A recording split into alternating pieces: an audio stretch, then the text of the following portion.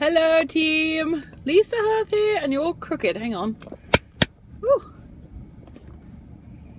Who's on today? Let's see. You might have to just be crooked, sorry. Today we're going to talk about mindset. We are 2 days out. I'm going to sit like this, how about that? We are 2 days out from the end of the month, and which means we have 2 days left to rock the home office incentives.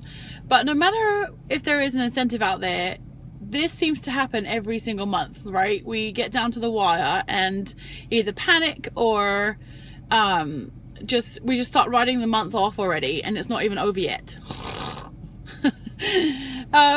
So first of all, let me just say, we should be front loading our months, right? So we should be working the first 2 weeks of the month if possible. If you're new, of course, just take any booking that you can get and then start working with your schedule.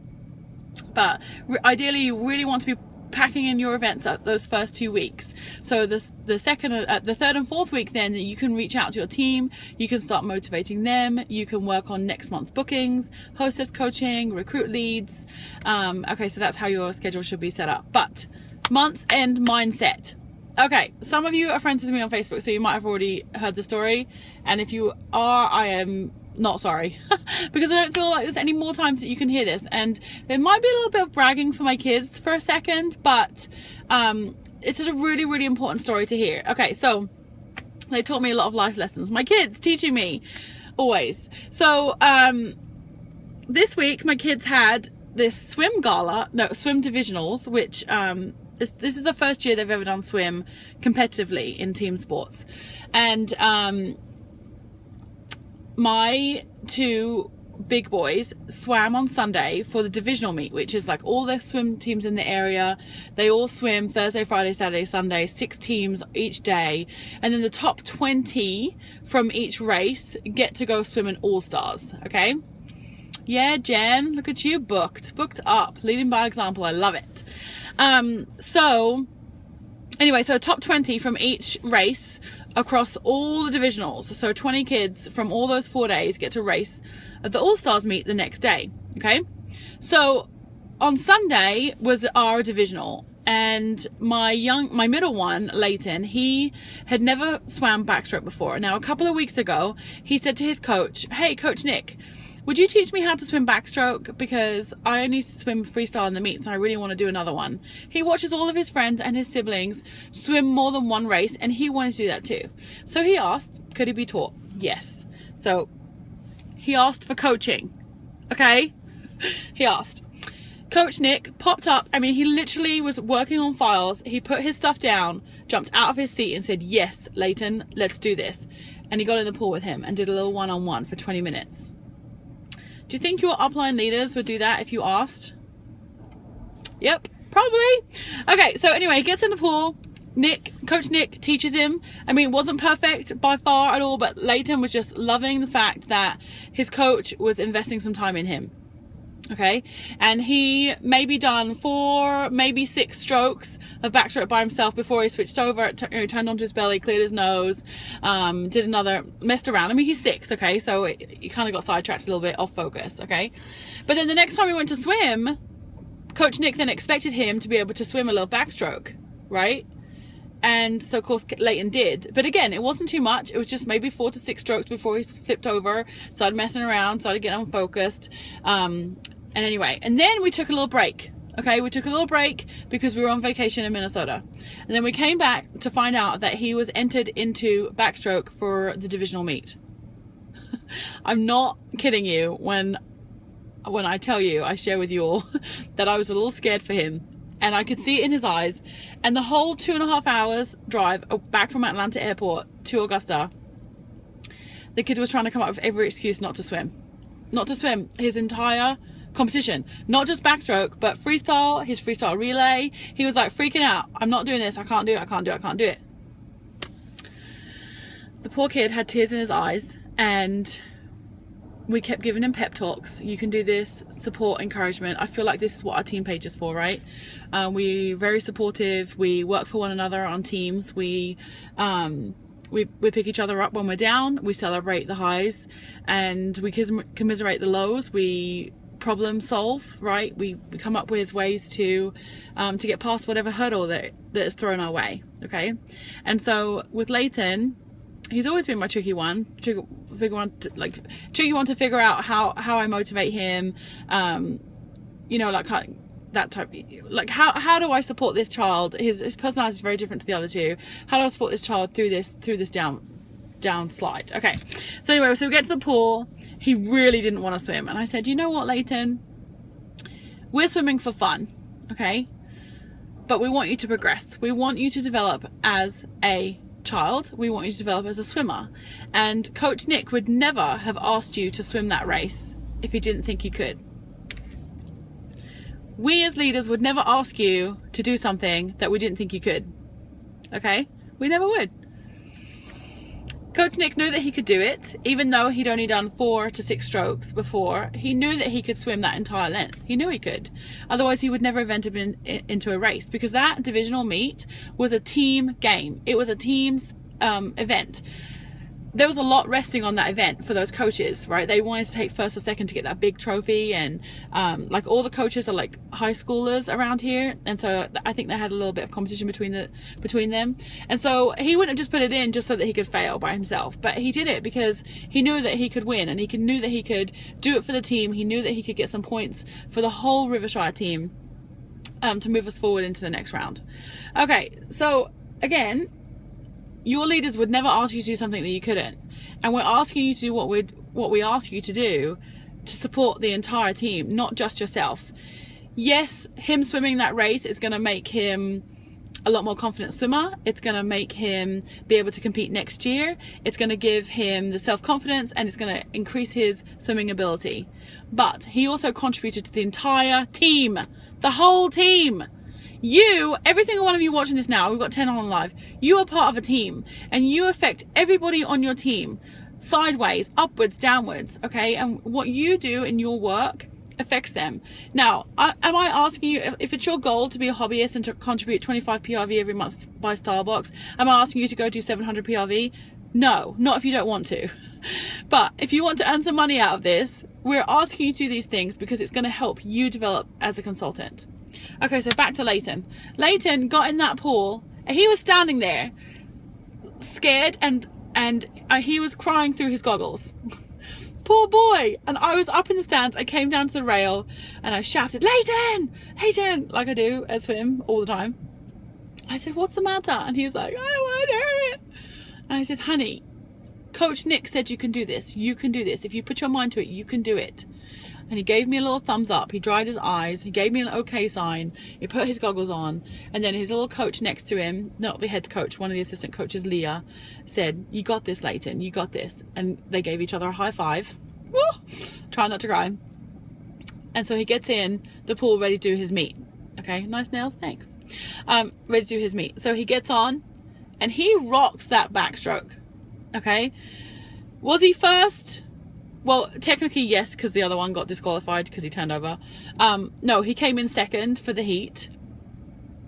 Was it the perfect time? Was it the best time? No, he was in the second heat, so he wasn't going to win a ribbon. He wasn't going to win a trophy. But he completed that lap. He completed that backstroke. He'd never done more than 4 to 6 like strokes of that backstroke ever before in his life. But you know what he did? He got out of the pool and he came up to me and he said, Mama, I might lose it.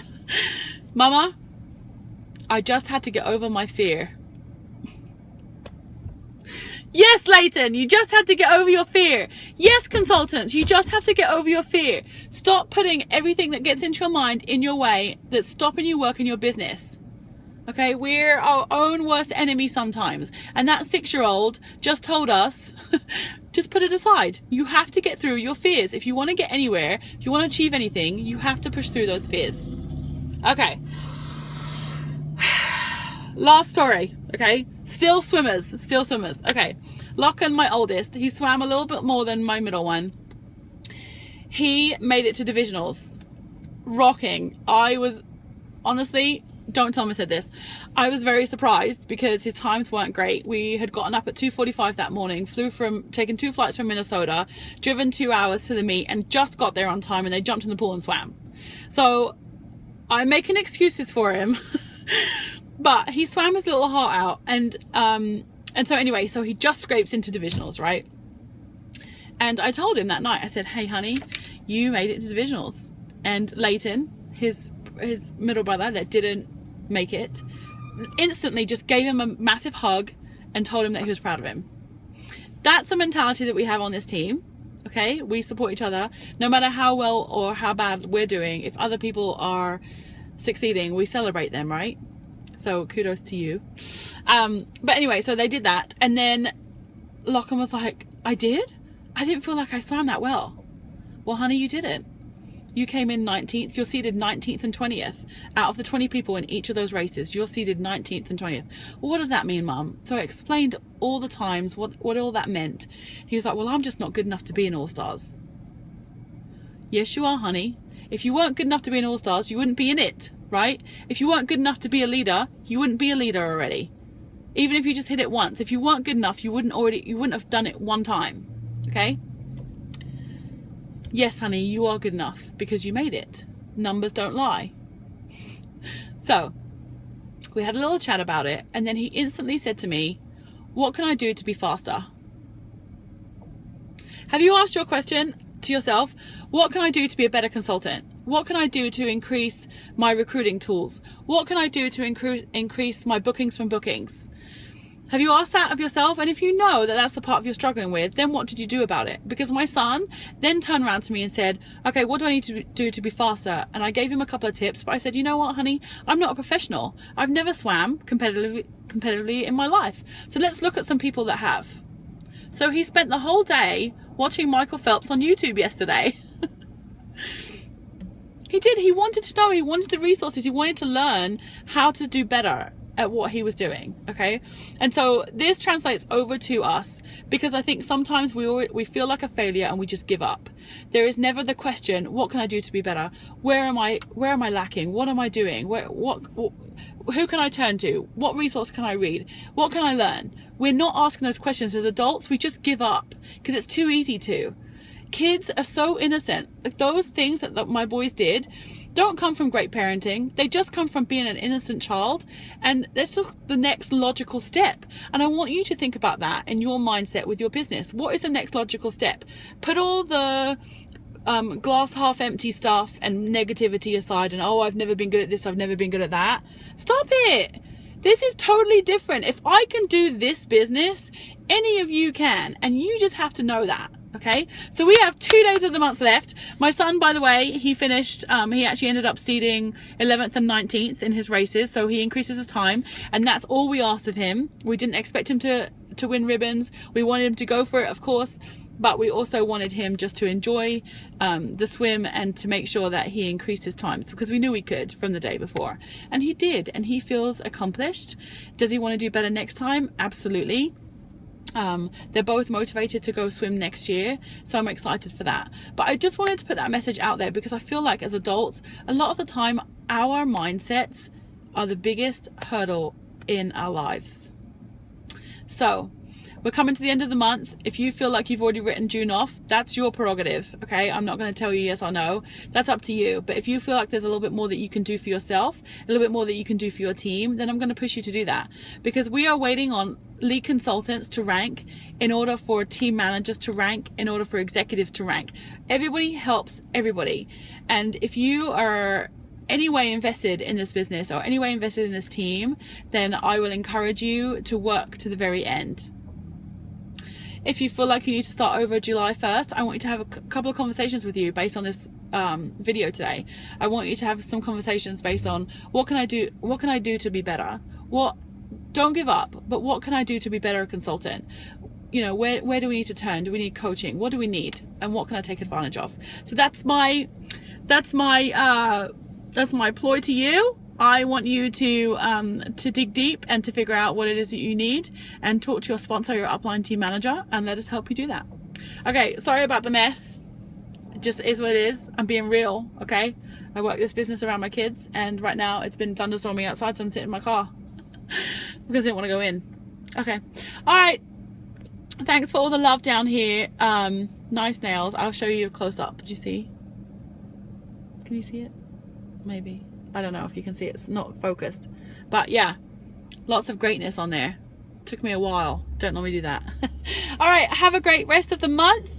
And I've slowly been catching up today. So yeah, check out Team High Five. Yes, Team High Five. Love it. Thanks, Amy. You are too. All right. Thanks, Kim. All right, I'm signing off. Love you all. Bye.